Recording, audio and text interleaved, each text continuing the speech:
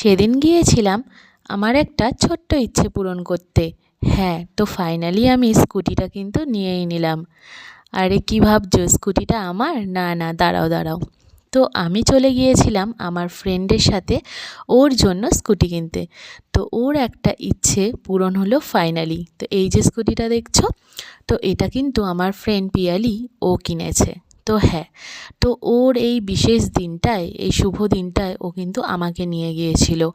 আমি ওর সাথে গিয়েছিলাম। আমি কিন্তু গাড়ি সম্বন্ধে কিচ্ছু বুঝি না, কিন্তু তাও ও আমাকে নিয়েছিল ওর এই স্কুটিটা কেনার জন্য। ওর এই ইচ্ছে পূরণটা দেখে আমি কিন্তু খুব খুশি হয়েছিলাম। তো এই বিশেষ দিনটায় ও যখন আমাকে নিয়ে গিয়েছে, তো আমি তো নিজেকে খুব স্পেশাল মনে করছিলাম। আর এটাও ভাবছিলাম যে ও এটার জন্য কত দিন কত বছর ধরে ও প্ল্যান করছিল, কিন্তু কোনোভাবেই কিনতে পারছিল না।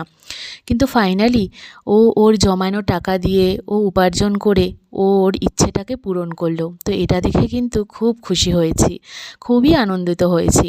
কারণ নিজের টাকা থেকে জমিয়ে বা নিজে উপার্জনের টাকায় কিছু কেনা, তার যে এত আনন্দ হয় আর যা মজা হয় সেটা তো আলাদাই লাগে। তো তোমরাও এটা রিলেট করতে পারবে, তাই না বলো? তারপর ওখান থেকেই ওনারা পুজো করতে বলে। তো ফাইনালি গাড়ির পুজোটা দিয়ে দিলাম। এটা কিন্তু খুব শুভ হয়।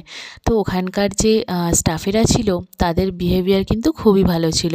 তারপর দেখতে পাচ্ছ যে আমি গাড়িটাকে পুজো করে নিচ্ছিলাম। আমার যা ফিলিংস হচ্ছিল কি বলবো, মানে ওর থেকে বেশি যেন আমি এক্সাইটেড ছিলাম, আর আমি খুব মানে আনন্দ পাচ্ছিলাম। আর এরকম পুজো করে নিচ্ছিলাম, তো সেটারও ফিলিংস খুবই ভাল লাগছিল। তো তারপর ওনারা গাড়িটাকে রেডি করে দেয়। তারপর আমরা ওখান থেকে নিয়ে গাড়িটা নিয়ে বেরিয়ে তো গাড়িটা কেমন হয়েছে অবশ্যই কমেন্টে জানাতে ভুলবে না তোমরা। আর ওকে কংগ্রাচুলেশনস জানিয়ে দেবে। আর তারপর দেখো ওর গাড়ির পেছনে বসে আমরা কিন্তু বাড়ির উদ্দেশ্যে রওনা দিয়ে দিলাম। হ্যাঁ, তো এরকম ইচ্ছে কিন্তু আমাদের প্রত্যেকেরই থাকে, কিন্তু আমরা যেহেতু মিডল ক্লাস ফ্যামিলি থেকে বিলং করি, সব সময় যেটা চাই হয়তো আমরা পেয়ে উঠি না।